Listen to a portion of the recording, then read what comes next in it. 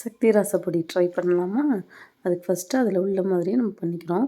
புளி, தக்காளின்னு சொல்லியிருக்காங்க. நம்ம 4 தக்காளி பழம் எடுத்து அதை நல்லா குட்டியாக கட் பண்ணி அது கூட உப்பு, மஞ்சத்தூள், அது கூட கொஞ்சோண்டு பெருங்காயத்தூள் சேர்த்துக்கிறோம்.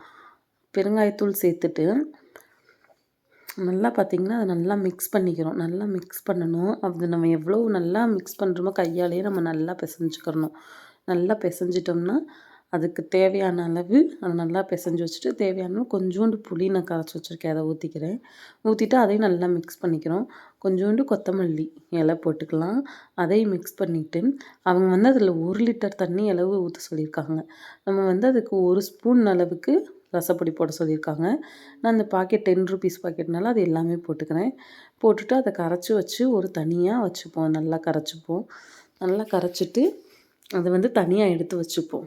அதை நல்லா கரைச்சிருங்க. தக்காளி எல்லாமே நல்லா கரைச்சிட்டு ஒரு வடை சட்டி அடுப்பில் வச்சுட்டு கொஞ்சோண்டு எண்ணெய் ஊற்றிக்கோங்க.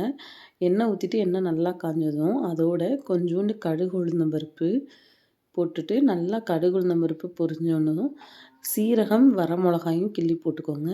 அது கூட நீங்கள் கரைச்சி வச்சுருப்பீங்கள்ல இந்த ரசம், அதையும் ஊற்றிட்டு அது கூட கொஞ்சம் 1 லிட்டர் அளவு தண்ணினால நம்ம அதையும் மிக்ஸ் பண்ணி ஊற்றிட்டு உப்பு எல்லாம் போட்டு கரெக்டாக இருக்கான்னு செக் பண்ணிவிட்டு நீங்கள் க்ளோஸ் பண்ணி வச்சுருங்க.